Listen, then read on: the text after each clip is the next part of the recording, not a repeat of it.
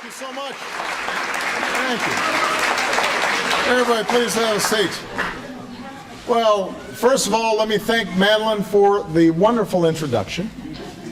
And Madeline's going to be going to Princeton next year, so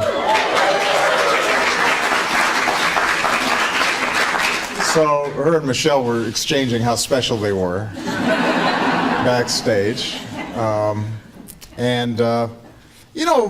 President is a cool title, but former teen poet, that is a pretty good title as well. And I'm proud to be both. I have to say my poems are not as good as yours, Madeline. I was going to recite some poetry, but Michelle said no. And she said, don't do that. No.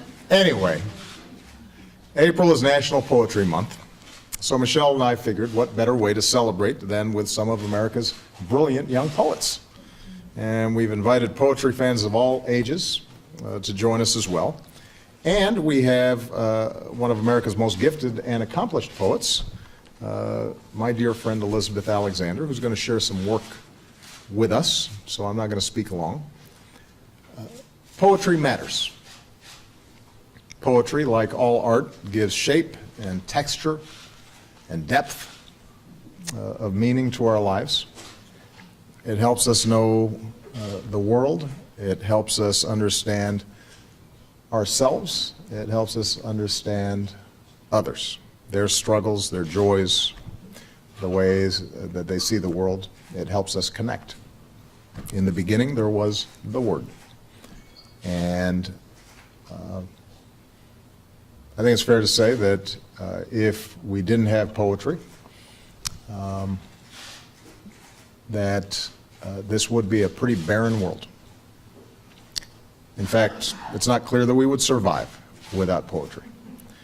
As Elizabeth once wrote, we encounter each other in words spiny or smooth, whispered or declaimed, words to consider, reconsider.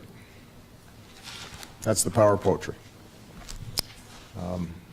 Sometimes it's only after reading a poem or writing a poem that we understand something that we already went through, that we felt, that we experienced.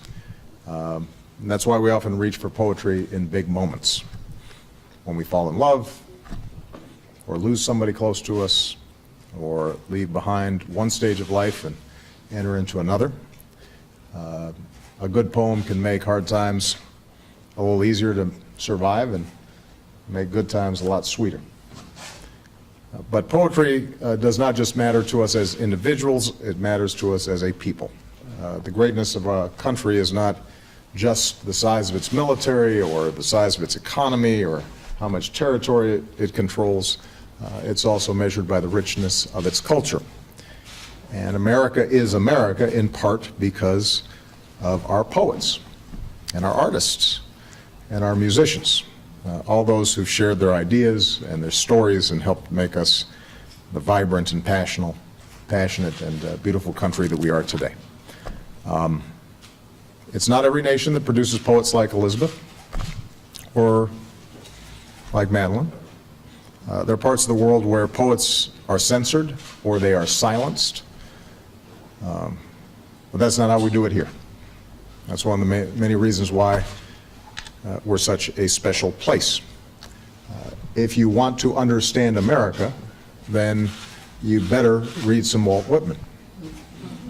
If you want to understand America, you need to know Langston Hughes. Otherwise, you're missing something fundamental about who we are. Now, for the very special poet we have here today. I met Elizabeth when we were professors together at the University of Chicago. She and Michelle and I have been friends ever since. So when we were planning my first inauguration, we decided we better have a poet. And we thought we should have a poet that we know and we love. And she penned this extraordinary poem called Praise Song for the Day. You all should read it. On a day full of unforgettable moments, hearing Elizabeth read that poem was one of my favorite moments. And she has just written an amazing book that technically is not a poem, but is full of poetry. And I could not be prouder of her. So, congratulations to all the young poets. I look forward to reading your work or hearing your work. But right now, I want to introduce Ms. Elizabeth Alexander.